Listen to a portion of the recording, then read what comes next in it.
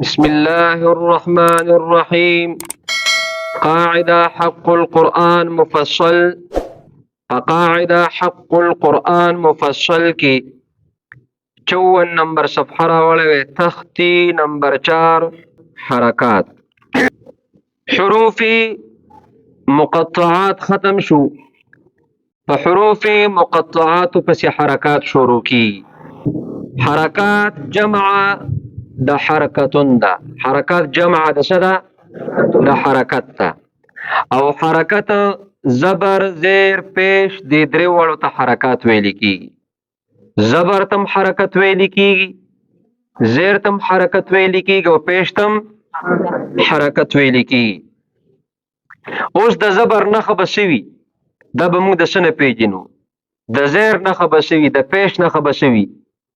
زبر به د څه نه پیژنو، زیر به د څه نه پیژنو او پیش به د څه نه پیژنو. طالب جانه ما ته وګوره، په دې 4 نمبر تختی کې چې په حروفو د پاسه کومه نښه راغلې ده، دا په شروع کې چې کوم یو حرف شروع کیږي او د حرف په شروع کې چې کومه نښه د حرف د پاسه راغلې ده، دغې ته زبر ویل کیږي. دا دی دې ته څه ویل کیږي؟ دې ته زبر ویل کیږي. د حرف د لاندې چې کومه نښه راغلې ده، دغې ته زیر ویل کیږي. او بیا د حرف د پاسه چې راکړ شوی نښه راغلې ده، دا دی دې ته پیش ویل کیږي. دې ته څه ویل کیږي؟ دې ته پیش ویل کیږي. د پیش نښه به دا وي چې دا به کټ کړی شوي وي. دا به څه وي؟ دا به را کټ کړی شوي وي، داسې را ګول کړی شوي به وي. دې ته به پیش وي. دې ته به څه وي؟ زبر زیر پیش، زبر زیر پیش د درې واړو ته حرکات ویل کیږي. دې ته څه ویل کیږي؟ دې ته حرکات ویل کیږي. بیا طالب جانا زبر به د نیم الف عمر وګدو، زبر به د نیم الف عمر راخلی کیږي. زبر به د نیم الف مد عمر راخلی کیږي. زیر به د نیم یای مد عمر راخلی کیږي او پیش به د نیم واو مد عمر سکیږي راخلی کیږي.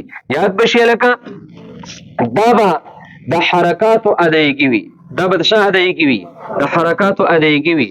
او بل موږ به په حرکاتو کې د مجهول ادایګي نه ځان ساتو. زبر به معروف ادا کو، زیر به معروف ادا کو، پیش به معروف ادا کو. چې زبر او زیر او پیش مجهول ادا نشي، د مجهول ادایګي نه به موږ تاسو ځان څه کوو لکه ساتو. به یاد بشي چې کوم یو حرف هغه د حروف مستعلیونه په حرکاتو کې راشي. په حرکاتو کې چې کوم یو حرف د حروف مستعلیونه راشي هغه به ډک ویل کیږي. چې کوم یو حرف د حروف مستفلونه راشي هغه به باریک ویل کیږي. هغه به څه ویل کیږي؟ هغه به باریک ویل کیږي. بل چې کوم حرف باندې حرکت راشي، چې په کوم یو حرف باندې طالب جان حرکت راشي هغه حرف ته حرف متحرک ویل کیږي. هغه حرف ته حرف با باندې زبر راغی، دا حرف متحرک دی. زیر پر راغی، دا حرف متحرک دی. پیش پر راغی، دا حرف متحرک دی. چې په کوم یو حرف باندې زبر زیر یا پیش راشي دغه حرف ته حرف متحرک ویل کیږي. دغه حرف ته حرف متحرک ویل کیږي. او زبر زیر پیش ته په اردو کې پړی حرکات ویل کیږي. زبر زیر پیش ته په اردو کې څه ویل کیږي؟ پړی حرکات. وړاندې موږ تاسو ته راځي کړي حرکات، کړه زبر کړي زیر الټا پیش، هغه ته کړي حرکات ویل کیږي.